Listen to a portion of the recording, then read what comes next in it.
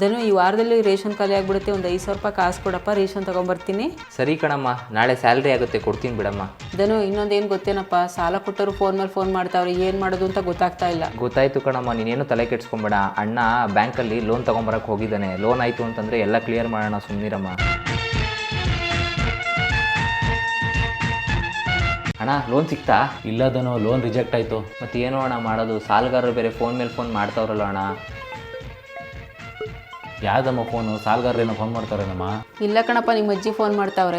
ಸರಿ ಎತ್ಬಿಟ್ಟು ಏನು ಅಂತ ಕೇಳಮ್ಮ. ಹಲೋ ಅಮ್ಮ. ಹ್ಞೂ ನಾನು ಚೆನ್ನಾಗಿದ್ದೀನಿ, ನೀವು ಚೆನ್ನಾಗಿದ್ದೀರಾ? ಕಷ್ಟನಾ ನನಗ? ಏನೂ ಇಲ್ಲಮ್ಮ, ನಾವೆಲ್ಲ ಆರಾಮಾಗಿ ಚೆನ್ನಾಗಿದ್ದೀವಿ. ಅಮ್ಮ ಒಂದು 2 ನಿಮಿಷ ಬಿಟ್ಬಿಟ್ಟು ಕಾಲ್ ಮಾಡಲ ನಿಮಗೆ? ಅಲ್ಲ ಕಣಮ್ಮ, ಇಷ್ಟು ಕಷ್ಟ ಇದ್ರು ಯಾಕಮ್ಮ ಅಜ್ಜಿ ಹತ್ರ ಕಷ್ಟ ಇಲ್ಲ ಅಂತ ಹೇಳಿದೆ? ಈ ಪರಿಸ್ಥಿತಿಲಿ ಕಷ್ಟ ಹೇಳ್ಕೊಳಕ್ಕೂ ಕಷ್ಟ ಆಗುತ್ತೆ ಕಣಪ್ಪ. ಯಾಕಮ್ಮ? ಯಾಕಂದರೆ ನಮ್ಮವರೇ ನಮಗೆ ಚುಚ್ಚು ಮಾತಾಡೋದು ಜಾಸ್ತಿ ಕಣಪ್ಪ. ಕಷ್ಟ ಅಂತ ಹೇಳ್ಕೊಳಕ್ಕೆ ನನಗೆ ಭಯ ಆಗುತ್ತೆ. ನೀನು ಹೇಳೋದು ಸತ್ಯನೇ ಕಣಮ್ಮ.